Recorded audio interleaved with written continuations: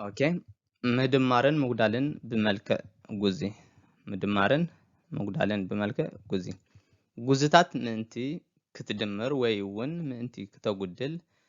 تمقالي ويرقاهي حدا عينة رقاها كخونالو كمزي غاديمنا هنقول أنا بملكة جزء خسرح كلها كل جزء كتقدل ويكدمر نحد أخوينك انت هتقول لك مجمرة نتم رقاحتي ويدما نتم مقالتي ناب حدا عينة قصري هنكي رمالنا مالت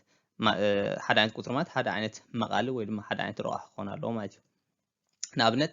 كم زماتي حدا بلعلي سلسته تدمر حدا بلعلي سلسته زي حجي already انت توهبنا له سلسته كلتيوم ما عرفت توهبنا له ስለዚህ ኣብዚ ምቕያር ለናኒ ፀገም ዘሎ ይኮን ምናቱ ካብ ክልቲኦም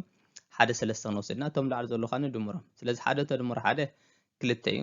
ሰለስተ ከዓ ካብዞም ሰለስተ ሓደ ረቑሕ ንወስድ ሰለስተ ክልተ ብልዕሊ ሰለስተ መፂልና ኣሎ ማለት እዩ እዚ እንታይ ማለት እዩ ብመልክዕ ስእሊ ኻኒ ነዚያ ክባድ ነዛ ርቡዕ ኩርና ወይ ድማ ነዛ ትርብዒት ኣብ ክንደይ መቐልና ኣብ ሰለስተ ኣብ ሰለስተ ላዕለወይቲ ዘለኻኒ ሕብሪ ለኺና ስለዚ ሓንቲ ካብ ሰለስተ ሕብሪ ተለኺያ ኣላ ማለት እዩ ተደምሮ ሓንቲ ካብ ሰለስተ ሕብሪ ዝተለኸየት ኣላ ድሕሪኡ እዘን ሓደ ሓደ ደሚርና ክልተ ኮይነን ጠቕላላ ናይታ ኣብ ክንደይና መቒልና ዘለና ኻነ ብሰለስተ ስለዚ ክልተ ካብ ሰለስተ እንታይ ጌርና ኣለና ለኺና ኣለና ማለት እዩ ሕብሪ ካልእ ንኣብነት ዝተፈላለየ መቓሊ ማለት ረቑሒ በበይኖም ድሕር ኮይኖም ብኸመይ ኣገባብ ክንሰርሖም ንኽእል ንኣብነት ከምዚኦም ድሕር ተዋሂብና ክልተ ሓደ ብልዕሊ ክልተ ተደምሮ ሓደ ኣብ ልዕሊ ሰለስተ እዚ እንታይ ማለት እዩ በበይኖም እዮም እቶም ናትና ረቑሕቲ ደለዉ ሓቂ ዶ ኣብዚ ከም ንሪኦም ዘለና እቶም መቐልቲ እዚኦም ክልተን ሰለስተን በበይኖም እዮም ሓደ ኣይኮን ስለዚ ከምዚ ኣቐዲምና ክንሰርሖ ፀሓና እዚኦም ናብ ምንታይ ንቂሮም ኣለና ናይ ሓባር ዝነኣሰ ናይ ሓባር ረቑሒ የመን ሰማ ሚኒስት የመን ሰማ እኔም ናረ ክንረክበና ዝነኣሰ ናይ ሓባር ረቑሒ ማለት እዩ መጀመርታ ነቲ ረቑሒ ናብ ክንደይ ናብ ሓደ ክንቂሮ ኣለና ናብ ሓደ ክንቂሮ ኣለና ናብ ሓደ ማለት ናብ ሓደ ዓይነት ረቑሒ ወይ ድማ ናብ ሓደ ዓይነት ቁፅሪ ክንቂሮ ኣለና ማለት እዩ ሚኒስት የመን ሳብ እኔም ናረ ናይዚኦም መኒ ዝነኣሰ ናይ ሓባር ረቑሒ 6 ክልተ ዝረብሖ ብሰለስተ ክንደይ 6 ምክንያቱ 6 ንክልቲኦም 6 ንክልተ በብሰለስተ እዩ 6 ንሰለስተ ከዓ በብክልተ እዩ ስለዚ ናይ ክልቲኦም ዝነኣሰ ናይ ሓባር ረቑሒ መኒ 6 ማለት እዩ ንክልቲኡ ረቑሒ ስለ ነባዝሖ እቲ ዝነኣሰ ናይ ሓባር ረቑሒ እንታይ ይኸውን 6 ስለዚ ሓደ ኣብ ልዕሊ ክልተ ተደምሮ ሓደ ኣብ ልዕሊ ሰለስተ እዚ ተማይቲ ብመልክዕ ስእሊ ሓደ ካብ ክልተ ክልተ መቐልና ፅሒና እቲ ሓደ ሕብሪ ለኺና ኣለና ስለዚ ሓደ ካብ ክልተ ሕብሪ ዝተለኸየ ተደምሮ ሓደ ካብ ሰለስተ ማለት እዩ ዝነኣሰ ናይ ሓባር ረቑሒ ክንረክብ እንድሕር ኮይና እንታይ ኢልና ነዞም ኣብ ታሕቲ ዘለዉ ማዕረ ናብ ሓደ ዓይነት ረቑሒ ክንቅይሮ ኣለና ስለዚ 6 ረኺብና ኣለና ዝነኣሰ ናይ ሓባር ረቑሒ 6 እዩ 6 እንድሕር ኮይኑ ነዚኦም ክልተ ብክንደይ ምስ ኣርባሕና እዩ 6 ዝመፀና ብሰለስተ ስለዚ ብሰለስተ እንድሕር ኮይኑ ነዚኣ ብሰለስተ ክነራብሓ ኢና ማለት እዩ ኣብዚ ኣራቢሕና ኣለና ክልተ ዝረብሖ ብሰለስተ ነዚኣ ክልተ ብሰለስተ እንድሕር ኣርቢሕና ነታ ተመቃሊት እውን ብሰለስተ ክነራብሓ ኢና ማለት ስለዚ ሓደ ዝረብሖ ብሰለስተ ዝተመሃሮ ክልተ ዝረብሖ ብሰለስተ ተደምሮ እዚኣ ሰለስተ ካለትና ሓቂድ ሓደ ብልዕሊ ሰለስተ ሰለስተ ኻ ናብ 6 ክትቅየር እንድሕር ኮይና ብክልተ ክነራብሓ ኣለና ስለዚ ነዚኣ ብክልተ ተራቢሕና ነታ ላዕለወይቲ እውን ብክልተ እዚኣ ሰለስተ ዝረብሖ ብክልተ 6 እዚኣ ተመቃሊት ወይ ድማ ሓደ እውን ብክልተ ነርብሓ ማለት እዩ ስለዚ እንታይ ኢና ንብል ዘለና ሰለስተ ካብ 6 እዚ ምስ ኣራባሕናዮ ሓደ ምስ ሰለስተ ምስ ኣራባሕናዮ ሰለስተ ክልተ ምስ ሰለስተ ምስ ኣራባሕናዮ 6 መፂልና ሓቂዶ ስለዚ ሰለስተ ካብ 6 ንብል ኣለና ማለት እዩ እዚኣ ሰለስተ ኣብ 6 መቒልና ኣለና ሰለስተ ካብቶም 6 ሕንፃፃት ወይ ድማ ካብቶም 6 እንታይ ኮይኖም ኣለዉ ሕብሪ ለኺና ኣለና ማለት እዩ ተደምሮ ክልተ ኣብ ልዕሊ 6 ክልተ ኣብ ልዕሊ 6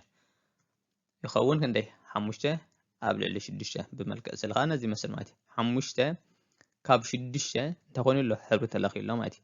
5 ካብ 6 ሕብሪ ለኺና ኣለና ማለት እዩ ስለዚ ብከምዚ ኣገባብ ክንድምር ንኽእል ኢና ማለት እዩ ንእተወሰነ ግዜ እውን ናብ 10 ክንቅይሮ ንኽእልና ንኣብነት እዚ 5 ኣብ ልዕሊ 6 ብመልክዕ 10 ክንቅይሮ ንኽእልና ግን ኣብዚያ ሕቶ እዚኣ ግን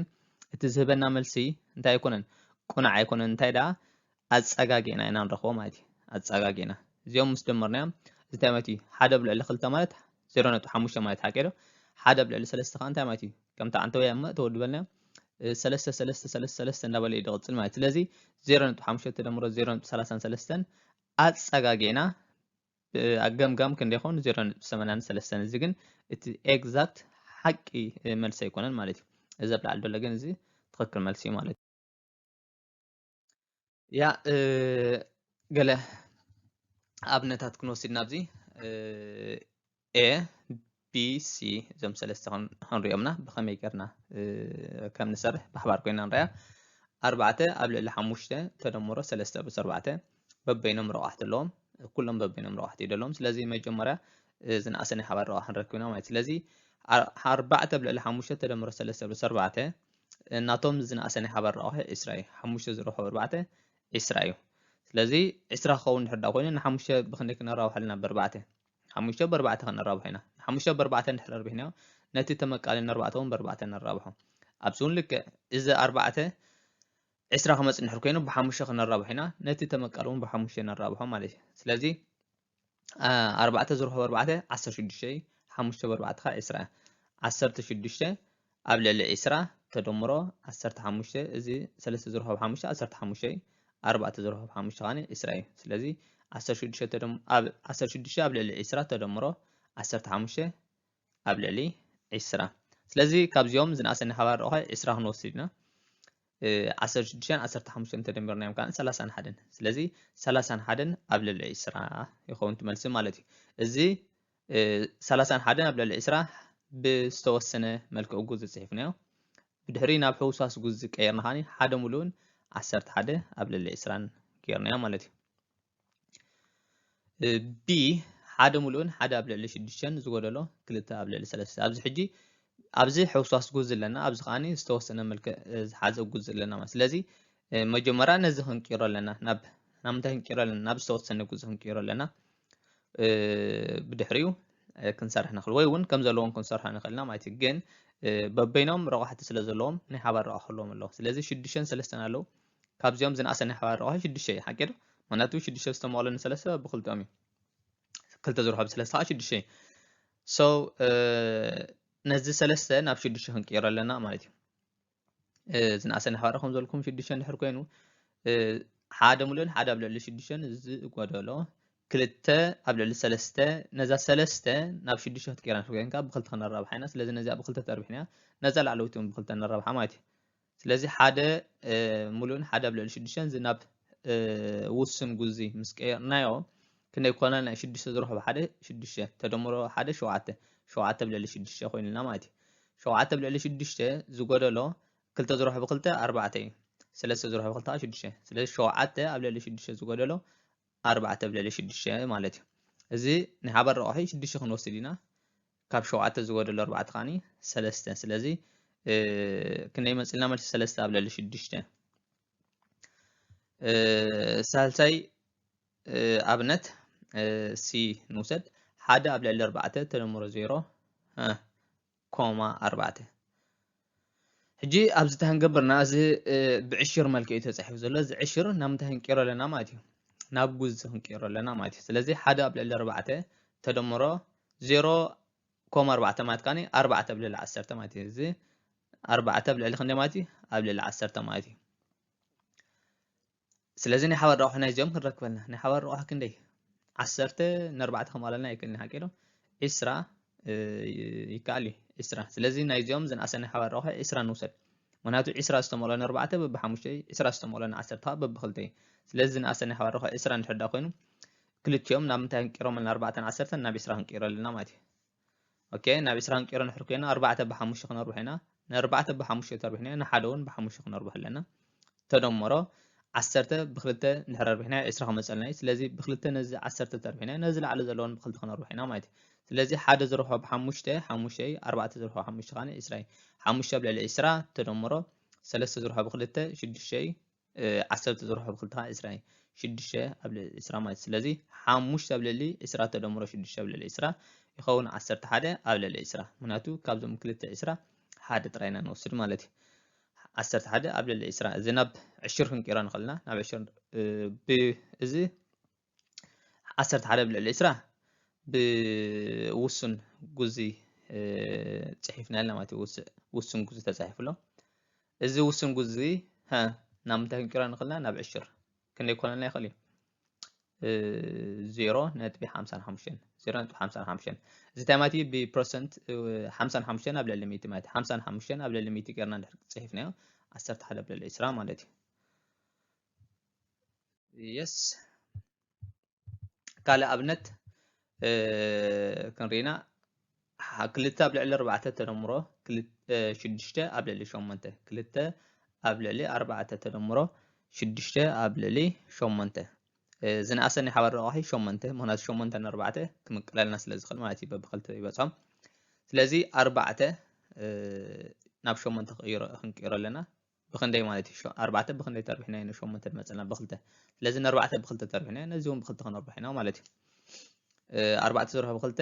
8 እዩ 2 ዝርብሖ ብክልተ ከዓ 4 እዩ ስለዚ 4 ኣብ ልዕሊ 8 ክመፀልና እዩ ማለት እዩ 4 ኣብ ልዕሊ 8 ተደምሮ እዚኣ ክንደያ 6 ኣብ ልዕሊ 8 ስለዚ ኣብዚኣ ናይ ሓባር ረቑሒ መን ኣለና ዝነኣሰ ናይ ሓባር ረቑሒ 8 እዩ እዚኦም ኣብ ላዕሊ ዘሎ ከዓ ንድምሮም ማለት እዩ ስለዚ ክልቲኦም 4ን 6ን ድሕር ደሚርናዮም 10 እዩ እዚኦም ከዓ ሓደ ካብኦም ክንወስድና 8 10 ኣብ ልዕሊ 8 ማለት እዩ እዚ ማለት ብውስን መልክዕ ጉዝ ፅሒፍና ፅሒፍና ናብ ሕውሳስ ጉዝ እንድሕር ክንቀይሮ ኮይና ኸኒ በብሓደ ሙሉእን 2 ኣብ ልዕሊ 8 ይመፀልና ማለት እዩ ቢ ኣብዚ ሕውሳስ ጉዝ ኣለና ኣብዚ ኣብ ሓፁር ዳኣተወ እንደገና ኣብ መኽዓበቲ ፖቴንስ ፎርም ዝተፅሓፈ ኣለና ማለት እዩ the power of ኢልና ኣብ ክንመሃር ኢና ስለዚ 2 ኣብ ሓፁር ኣትዩ ዘሎ 2 ኣብ ልዕሊ 4 ሓይሊ 2 ንብል ሓቂ ዶ ሓይሊ 2 እንታይ ማለት እዩ ነዚ 2 ኣብ ልዕሊ 4 2 ግዜ 40 ማለት እዩ 2 ግዜ 40 ማለት እዩ ወይ እውን እንታይ ክንገብር ንኽእልና ኣብኡ ከለና 2 ኣብ ልዕሊ 2 እንታይ ማለት እዩ 2 ኣብ ልዕሊ 2 እንታይ ማለት እዩ 2 ሓይሊ 2 ማለት እዩ 2 ኣብ ልዕሊ 2 ዘይኮነ ይቕሬታ 2 ሓይሊ 2 ቅብለ 2 ሓይሊ 2 ዝተመቕሎ ን4 ሓይሊ 2 ንብል ኣለና ማለት እዩ ወይ ድማ ወይ ከዓ እንታይ ክንብልና ማለት እዩ 2 ኣብ ልዕሊ 4 ዝረብሖ 2 ኣብ ልዕሊ 4 2 ኣብ ልዕሊ 4 ዝረብሖ 2 ኣብ ልዕሊ 4 ኢና ንብል ዘለና ማለት እዩ ስለዚ ብክልቲኡ ክንሰርሖ ንኽእልና ማለት እዩ እዚኣ እንታይ ማለት እዩ 2 ኣብ ልዕሊ 4 እዚኣ ወይ 2 ሓይሊ 2 ከምዚኣ ፅሒፍያ ዘለኹ እዚኣ 2 ሓይሊ 2 ዝተመቕሎ ን4 ሓይሊ 2 እዚኣ እንድሕር ጌርና 2 ሓይሊ 2 እንታይ ማለት እዩ 4 ማለት እዩ ንክልተስ 2 ግዜ ነርብሖ ኣለና ማለት እዩ 2 ሓይሊ 2 ማለት ንክልተ 2 ግዜ ረቢሕና 4 ማለት እዩ 4 ሓይሊ 2 ከዓኒ ን4 2 ግዜ ረብሕያ ማለት እዩ ስለዚ 4 4 ከዓ 16 ማለት እዩ ስለዚ ክንደይ ማለት እዩ 4 ኣብ ልዕሊ 16 ይመፀልና እዚኣ እንድሕር ጌርናያ እውን በዚኣ ላዕለወይቲ ዘላ እውን 2 ዝረብሖ ብ2 ክንደይ 4 ማለት እዩ 4 ዝረብሖ 4 ከዓኒ 16 ማለት እዩ ስለዚ ብክልቲኡ መልክዕ ክንሰርሖ ንኽእልና ማለት እዩ ሕጂ ብከምዚ እንድሕር ተረዲድና ነዚኣ እዚኣ ከዓ ናብ ምንታይ ክንቀይራና ናብ ብሕውሳስ ጉዝ ዘላ ናብ ሙሉእ ጉዝ ክንቀይራ ኣለና እንታይ ኢለ 4 ብሓደ ነራብሖ 4 ብሓደ 4 ማለት እዩ ተደምሮ ሓደ 5 5 ኣብ ርእሲ 4 ማለት ስለዚ እንታይ ንብል ኣለና ኢና እንታይ ንብል ኣለና ማለት እዩ 5 ኣብ ልዕሊ 4 ዝጎደሎ 4 ኣብ ልዕሊ 16 ንብል ኣለና ማለት እዩ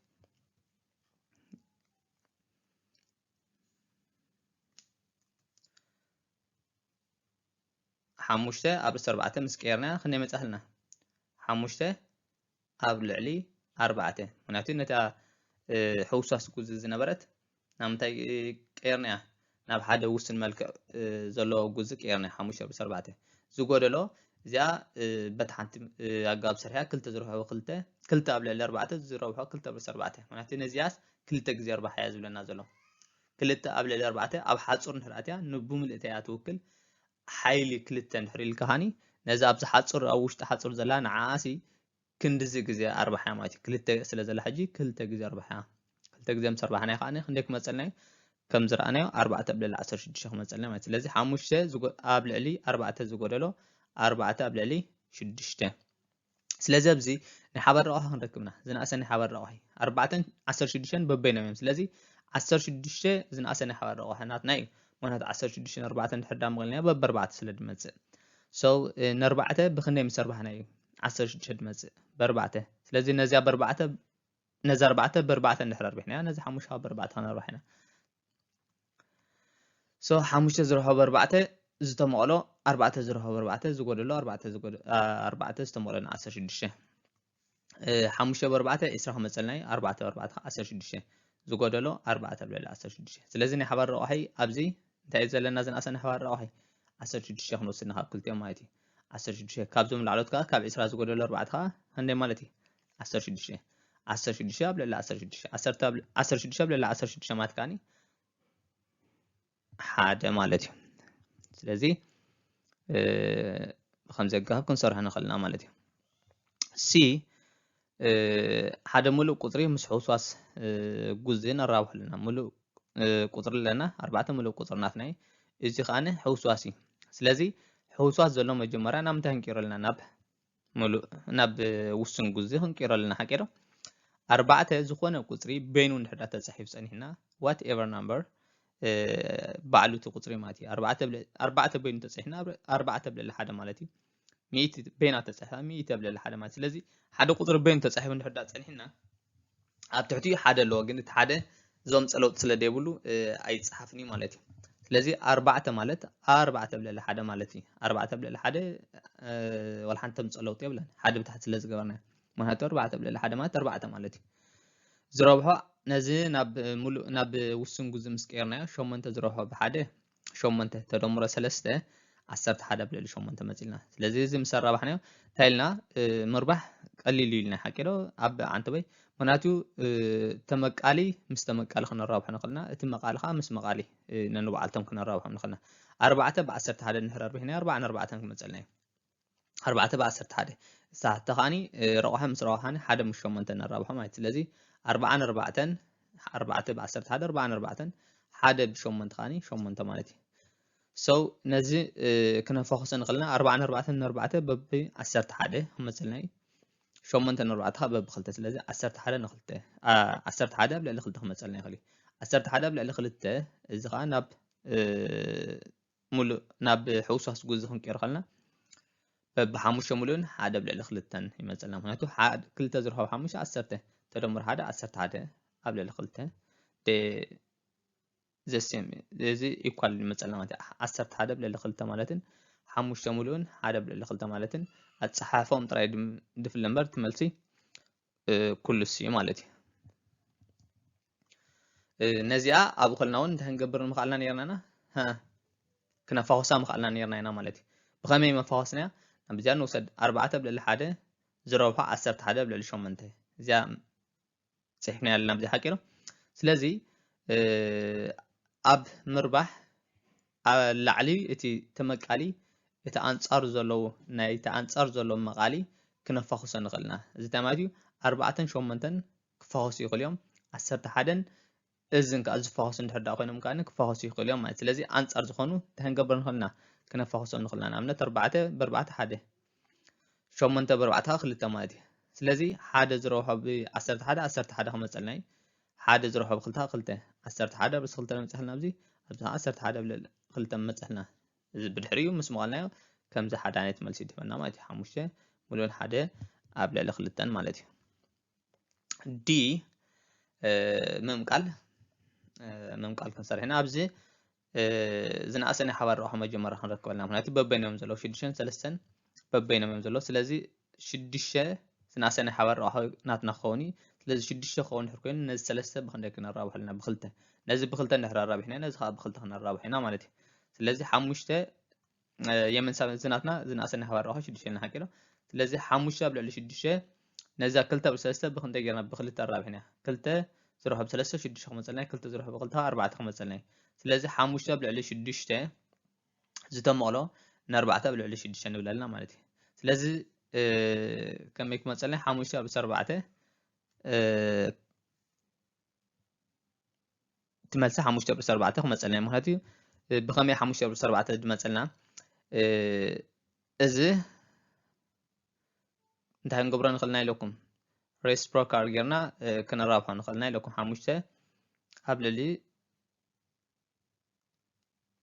ልዕሊ 6 ዝተመቕሎ ን4 ኣብ ልዕሊ 6 ዝነበረ ዝረብሖ ሽድሽተ ኣብ ልዕሊ 4 ስለዚ 6 ብ6 ክጠፈልናዮ እዚ ከዓ 6 ብ6 ክጠፈልናዮ እዞም 6 ነንባዕልቶም ክጠፋፍዮም ስለዚ ኣብ ላዕሊ 5 ኣለና ኣብ ታሕቲ 4 ኣለና ስለዚ ትመልስና እንታይ ኮይኑ ማለት እዩ 5 ኣብ ልዕሊ 4 መፂልና ማለት እዩ 5 ኣብ ልዕሊ 4 ስለዚ 5 ኣብ ልዕሊ 4 ብኸመይ እያ መፅኣ መሲልኩም እዚኣ እንታይ ጌርና ሬሲፕሮካል ገልቢጥና ብግልባጥ ነዚኣ ኣራቢሕና ነዚ 5 ኣብ ልዕሊ 6 ዝረብሖ ዝነበረት ብድሕሪ ናብ